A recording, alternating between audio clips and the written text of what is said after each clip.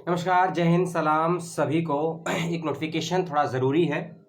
समय मिला नहीं मुझको इस पर वीडियो बनाने के लिए, तो मुझे माफ़ करिएगा। समय बहुत कम है इस नोटिफिकेशन में दी गई इन्फॉर्मेशन को अपने ऊपर अप्लाई करने के लिए आप लोगों के पास में, क्योंकि 23 फरवरी 2025 को दिसंबर 24 में जो नेट का एग्ज़ाम हुआ था, दिसंबर 2024 का जो नेट का एग्ज़ाम हुआ था दिसंबर जनवरी के महीने में, उसका रिजल्ट आया है, आप सभी जानते हैं, 23 फरवरी 25 को।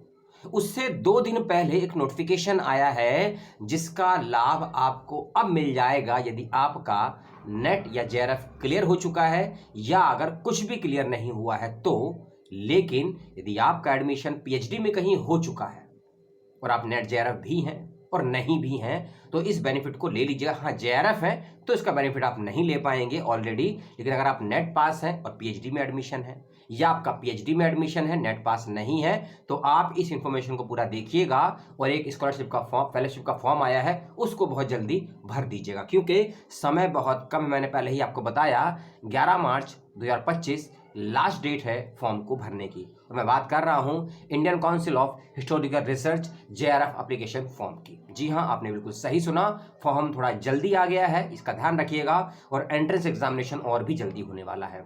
क्या इसकी एलिजिबिलिटी है, क्या एंट्रेंस का सिलेबस रहेगा, और कितनी सीटें हैं, कितनी कुछ फंडिंग आपको मिलेगी, क्या टाइम ड्यूरेशन है, सारी बातें आपको बताऊंगा इसी एक वीडियो में। वीडियो को अपने समय के अनुसार देखिएगा, पसंद करिएगा और सवाल जरूर पूछिएगा। लाइक शेयर करने की आवश्यकता है नहीं।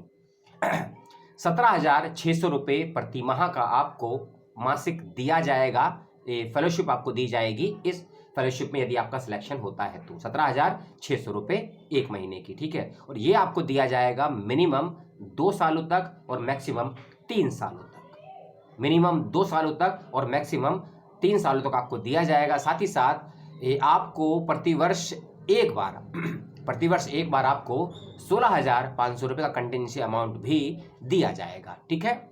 सबसे मेजर कंडीशन, आपका किसी भी यूनिवर्सिटी में इंडिया की, चाहे प्राइवेट हो या स्टेट हो या सेंट्रल हो, पीएचडी में एडमिशन हो चुका जाना चाहिए। चाहे आपके एडमिशन लिए हुए आपको 1 दिन ही क्यों ना हुआ हो, या 1 महीना क्यों ना हुआ हो, या 1 साल हो चुका हो, या 2 साल हो चुके हो, कोई दिक्कत की बात नहीं है, आप इस फॉर्म को अप्लाई कर सकते हैं। SC ST और PWD के बच्चे होते हैं, उनको रजिस्ट्रेशन की कोई फीस नहीं देनी है, उनको एग्जाम्प्टेड रखा गया है। और जो बच्चे EWS, OBC non creamy layer general category में आते हैं, उनको केवल 500 रुपये की नामांकन फीस देनी होगी, इसका ध्यान रखिएगा, ठीक है। पहला आपका एक एंट्रेंस एग्जामिनेशन होगा, उसको क्वालिफाई करने के बाद ही आपका सिलेक्शन होगा सेकंड राउंड यानी कि इंटरव्यू के लिए। इंटरव्यू के बारे में कुछ विशेष बातें मैं आपसे बातें बताऊंगा इसी वीडियो में, ठीक है। अमाउंट आपको बता दिया, डेट्स आपको बता दी, फिर से रिपीट कर दूं, 11 मार्च 2025 लास्ट डेट है फॉर्म को भरने की। साथ ही साथ में एप्लीकेशन फॉर्म भरने के बाद में उसका प्रिंट आउट निकालने के बाद, सारे एप्लीकेशन फॉर्म को, डॉक्यूमेंट को अटैच करने के बाद आपको एक दिए गए एड्रेस पे बाय पोस्ट भी भेजना होगा 13 मार्च 2025 तक। इसका विशेष ध्यान रखिएगा। एप्लीकेशन फॉर्म को बाय पोस्ट सबमिट करना जरूरी है। अगर आप दिल्ली या उसके आसपास रहते हैं तो फिजिकल जाकर भी सबमिट कर सकते हैं, तो बाय पोस्ट भी आप भेज देंगे। बाय पोस्ट का एड्रेस क्या है डिस्क्रिप्शन बॉक्स में आपको दे दूंगा मैं, और अगर जिसको सुनना है मैं फिर भी आपको पढ़ के बता देता हूँ एक बार में। The member of secretary Indian council of historical research 35 Firozshah road new Delhi 110001। इसका ध्यान रखेगा विशेष रूप से। अब आते हैं पूरा टॉपिक्स पे। इसमें सीटों की संख्या जो हर साल की तरह इस बार भी आई है, 80 सीटें हैं जेआरएफ के लिए, जेआरएफ आईसीए जेआरएफ, ठीक है। और एंट्रेंस एग्जामिनेशन होगा आपका 100 नंबर का, जिसमें नेगेटिव मार्किंग नहीं रखी गई है हर बार की तरह, ठीक है। एंट्रेंस एग्जामिनेशन क्वालिफाई होने के बाद में होगा आपका इंटरव्यू फेस टू फेस। और इंटरव्यू के इस बार 2 माध्यम रखे गए हैं, ऑनलाइन भी इंटरव्यू होगा, ऑफलाइन भी इंटरव्यू होगा, इसका ध्यान रखिएगा विशेष रूप से। और जो एंट्रेंस एग्जामिनेशन है वो 4 जगहों पर होगा। एप्लीकेशन फॉर्म में आपको इसको चूज करना पड़ेगा। पहला है न्यू दिल्ली, दूसरा है बेंगलुरु, तीसरा है गुवाहाटी और चौथा है महाराष्ट्र पुणे में। यहाँ आपका एंट्रेंस एग्जामिनेशन होगा। एंट्रेंस में नेगेटिव मार्किंग नहीं है, इसका ध्यान रखिएगा। और नोटिफिकेशन पेज नंबर 3 और रूल्स नंबर 4 बोल रहा है कि इस बार का एग्जाम हिंदी इंग्लिश दोनों ही माध्यम में होगा। बहुत से बच्चों को समस्या आ रही है सर एग्जाम हमेशा इंग्लिश में होता है तो हिंदी बार क्या करें, इस बार हिंदी इंग्लिश यानी कि बाइलिंगुअल लैंग्वेजेस में ये एग्जाम होगा, इसका ध्यान रखिएगा। और अपना इंटरव्यू भी आप बाइलिंगुअल पेश कर सकते हैं, कोई दिक्कत की बात नहीं है। फिर से कह दूं, नेगेटिव मार्किंग नहीं है एंट्रेंस एग्जामिनेशन में। एंट्रेंस एग्जामिनेशन क्वालिफाई करने के बाद आपका चयन होगा सेकंड राउंड अर्थात इंटरव्यू के लिए, इसका ध्यान रखिएगा। और एंट्रेंस का सिलेबस क्या होगा डिस्क्रिप्शन बॉक्स में मैंने मेंशन कर दिया है, इसका भी इसको ध्यान से देख लीजिएगा। Ancient, medieval and modern India history, ancient history, medieval history and modern Indian history, in 3 से संबंधित सवाल पूछे जाएंगे। और हाँ, अप्लाई करते वक्त में इस बात का बिल्कुल मेंशन कर दीजिएगा कि आप एंट्रेंस एग्जामिनेशन किस फील्ड से देना चाहते हैं, Indian history ancient, Indian history modern या इंडियन हिस्ट्री मिडिवल से। तीनों का मर्ज पेपर नहीं एक आएगा, लेकिन आपको किसी एक का चयन करना है, इसका ध्यान रखिएगा। फिर से मैं कह दूं, एक ऑप्शन को ही चुनिएगा। और जो बच्चे सवाल जिनके लगा सर हम अगर मॉडर्न हिस्ट्री के हैं ओनली 4, या फिर हम पोस्ट मॉडर्न हिस्ट्री के हैं, या फिर हम इंटरनेशनल स्टडीज़ के हैं, जो बच्चे हिस्ट्री या उससे संबंधित इंटरडिसिप्लिनरी सब्जेक्ट में कहीं ना कहीं पीएचडी कर रहे हैं, वो सभी अप्लाई कर सकते हैं। लेकिन फिर से आपसे मैं कह दूं कि हिस्टोरिकल रिसर्च, हिस्ट्री का कोई भी एलिमेंट्स, उन बच्चों को तवज्जो दी जाएगी सिलेक्शन प्रोसेस में, क्योंकि ये हिस्ट्री से संबंधित काम है। इसमें सोशोलॉजी और ट्राइबल स्टडीज़, अर्बन स्टडीज़ के बच्चे भी अप्लाई करेंगे, और खासकर रिलीजियस के बच्चे अप्लाई करेंगे या फिलॉसफी के, उनको भी संभावना बहुत ज़्यादा है सिलेक्ट होने की, ठीक है। इसके बाद हम चलते हैं आगे चीज़ों पे। एंट्रेंस के बाद इंटरव्यू होगा आपका 60 यानी कि 60 नंबरों का। और इंटरव्यू इस बार दोनों ही माध्यम में है, ऑनलाइन भी है ऑफलाइन भी है। लेकिन पीएचडी के रिसर्च प्रपोजल के साथ साथ आपको उसका एक प्रेजेंटेशन यानी कि पीपीटी, पावर पॉइंट प्रेजेंटेशन भी बना के लेके जाना होगा, जो कि कम से कम 8 से 10 स्लाइड का होना चाहिए, या 8 से 10 मिनट का मान के चलिए। कम से कम 5-6 स्लाइड बना के रखेंगे, कोई दिक्कत की बात नहीं। एंट्रेंस एग्जामिनेशन होने दीजिए, फिर पीपीटी कैसे बनाना है, क्या कंटेंट उसमें मेंशन करना है, क्या ऑब्जेक्टिव, क्या रिसर्च, क्या क्वेश्चन, क्या हाइपोथेसिस, क्या रेलेवेंस रहेंगे, वो आपको डिटेल में बताऊंगा उस अगले वीडियो में, जब एंट्रेंस एग्जामिनेशन हो जाएगा। और इस वीडियो पर आपके जैसे सवाल आएंगे, उसको लेकर अगला वीडियो बनाना है नहीं बनाना है ये डिसाइड किया जाएगा। एंट्रेंस में नेगेटिव मार्किंग नहीं है, इंटरव्यू फेस टू फेस होगा, ऑनलाइन ऑफलाइन दोनों माध्यम से इंटरव्यू रखा गया है। एंट्रेंस एग्जामिनेशन की जो डेट है संभावित वो नहीं इसमें भी शो कर रही है, लेकिन अप्रैल के महीने में, क्योंकि 1 महीने का समय आपको दिया जाता है, तो मार्च के लास्ट में या अप्रैल के फर्स्ट वीक में आपका एंट्रेंस भी हो जाएगा, दिए गए 4 सेंटरों में से किसी एक जगह पर जिसका आपने चयन किया होगा, इसका ध्यान रखिएगा, ठीक है। और एंट्रेंस प्लस इंटरव्यू जिसमें दोनों को मिलाकर जिसकी मेरिट हाई जाएगी उन्हीं बच्चों का सिलेक्शन होगा, इसका ध्यान रखिएगा। मैं फिर से आपसे कह देता हूं। और ऑनलाइन, ठीक है, हाँ, इसमें यह भी कहा गया है कि सीबीटी मोड पर एंट्रेंस हो सकता है आपका, ओएमआर होगा कि नहीं होगा, क्योंकि इसमें लिखा है ऑनलाइन एंट्रेंस एग्जामिनेशन। अगर ऑनलाइन का मतलब है तो हो सकता है एमसीक्यू ही होगा, और सीबीटी मोड पर होगा तो अच्छी बात है, एमसीक्यू होगा तो भी अच्छी बात है, ओएमआर होगा तो भी अच्छा है, लेकिन रिटन एग्जामिनेशन नहीं होगा, ये बहुत अच्छी बात है बहुत से उन बच्चों के लिए जो जिनके पास समय कम है, उनके लिए एग्जाम अच्छा है। हाँ, कई बच्चे सवाल पूछते हैं सर हमारा जेआरएफ नहीं हो पाया, कुछ नंबर से रह गया, तो ये उन्हीं के लिए मौका है जिनका जेआरएफ नहीं हो पाया, कुछ ही नंबर से रह गया है, या जिन बच्चों का नेट नहीं हो पाया लेकिन पीएचडी में एडमिशन है 2 साल से, 3 साल से, 1 महीने से, ये उनके लिए सुनहरा मौका है। इस फेलोशिप को जाने मत दीजिएगा।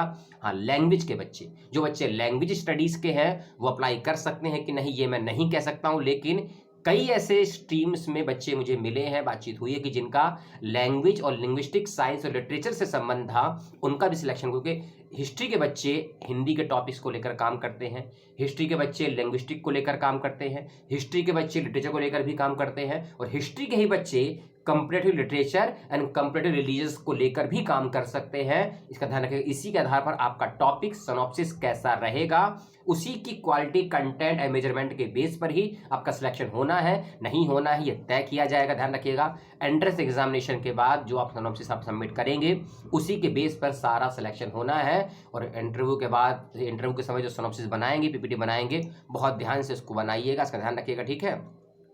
SC ST और हैंडीकैप बच्चे बिल्कुल फॉर्म भरिएगा। सीट कम है मैं जानता हूं, लेकिन कंपटीशन बहुत कम है, ये याद रखिएगा, क्योंकि बहुत से बच्चे ऐसे है ही नहीं इंडिया में जिनको इस प्रकार की फेलोशिप के विषय में जानकारी हो। और मैंने पहले ही आपसे क्षमा मांग ली कि वीडियो में देरी से दे रहा हूं, ये जानकारी देरी से प्राप्त हुई, उसके मुझे माफ़ करिएगा। अपने सवाल जवाब के दिल में, दिमाग में, लीवर में, किडनी में, गुर्दे में कहीं भी घूम से रहे हैं उनको कमेंट में पूछ लीजिएगा और समय से फॉर्म भर दीजिएगा। फॉर्म भरने के बाद में कंप्लीट फीस सबमिट करने के बाद प्रिंट आउट निकालिएगा, एकेडमिक डॉक्यूमेंट को अटैच करिएगा, सिनॉप्सिस लगाइएगा अटैच करके, पार्सल करके दिए गए एड्रेस पर भेज दीजिएगा। 11 मार्च से पहले ही, क्योंकि 2 दिन का एक्स्ट्रा समय लेकर चलेंगे। अगर आप सोचेंगे कि मैं 12 तारीख को फॉर्म पोस्ट कर, हो सकता है 2 दिन में ना पहुंच पाए, 1 दिन में ना पहुंच पाए, तो आपका सारा पैसा भी खराब हो जाएगा, टाइम खराब होगा और दिमाग तो आपका ऑलरेडी खराब है ही आज के दौर में, क्योंकि हमारी वर्तमान सरकारें क्या बोलती है हम लोगों को, स्टूडेंट्स को, अर्बन नक्सल। ठीक है, कुछ जगह बोला जाता है। एड्रेस फिर से नोट कर लीजिए, पुनः बता रहा हूं, जहां ये बाय पोस्ट आपको फॉर्म भेजना है कंप्लीट करने के बाद में, to the member secretary, Indian council of historical research, 35 रोस्ता रोड, न्यू दिल्ली 110001। 500 की फीस है, उसको ऑनलाइन जमा करना है, उसको कर दीजिएगा। एंट्रेंस का सिलेबस डिस्क्रिप्शन बॉक्स में दे दिया गया है। एंट्रेंस एग्जामिनेशन हिंदी इंग्लिश दोनों ही मीडियम में आएगा। सिलेबस बहुत डिटेल में है, लगभग 4 पेज का सिलेबस, उसको ध्यान से देख लीजिएगा। और हाँ, कुछ लगेंगे डॉक्यूमेंट आपकी यूनिवर्सिटी के, पीएचडी का रजिस्ट्रेशन नंबर लगेगा, आपका एसएसटी का फॉर्म लगेगा। अगर कोई पेपर कहीं पब्लिश आपका हो चुका है अब तक रिसर्च पेपर, उसको भी अटैच कर दीजिएगा, चांसेस बढ़ जाएंगे सिलेक्ट होने के। और रिसर्च प्रपोजल जो आपने बनाया है उसको अटैच कर दीजिएगा। रिसर्च प्रपोजल को अपने एचओडी से, अगर आपको एक गाइड प्रोवाइड नहीं कराए गए हैं तो एचओडी से या फिर डीन से या यूनिवर्सिटी के वाइस चांसलर से जरूर उसको वेरीफाई करवा लीजिएगा। विदाउट वेरीफाई सिनॉप्सिस सबमिट करना गैरकानूनी, आपको स्वीकार नहीं किया जाएगा, माफ करिएगा। ठीक है, और आपका एडमिशन पीएचडी में हो चुका है, इसको लेकर यूनिवर्सिटी से या अपने डिपार्टमेंट से एक लेटर आपको लेना पड़ेगा विद एचओडी या डीन या सुपरवाइजर के साइन के बाद में कि आप यहीं के स्टूडेंट हैं, उसका क्या बोलते हैं इसको, डिक्लेरेशन, कंफर्मेशन आपको लेनी होगी। ये कुछ डॉक्यूमेंट हैं जो आपको लगाने ज़रूरी है। ठीक है, और बाकी फॉर्म बहुत इजी है, फॉर्म को भरिए, डिस्क्रिप्शन में नोटिफिकेशन, वेबसाइट का लिंक, फॉर्म भरने का लिंक सारे दे दिए गए हैं। अपने सवाल को फिर से मैं कह रहा हूं जरूर पूछिएगा। और धन्यवाद उस विद्यार्थी का जिसका संबंध है लखनऊ के गोमती नगर से, जिन्होंने 2 दिन पहले मुझे इस फॉर्म के विषय में जानकारी दी। उनको तहे दिल से मेरा जय हिंद जय भारत सलाम है। अगर वीडियो को देख रहे हैं, आपके पास भी कोई ऐसी इन्फॉर्मेशन रहती है जिसका संबंध आपको लगता है सैकड़ों विद्यार्थियों से हो सकता है, सूचनाओं को शेयर करिए या स्वयं वीडियो बनाकर शेयर करिए, क्योंकि सही समय पर सही व्यक्ति को सही सूचना मिलना और देना सभी का कर्तव्य है आर्टिकल 51A भारतीय संविधान के अनुसार। जय हिंद जय भारत, दुआ सलाम सभी को।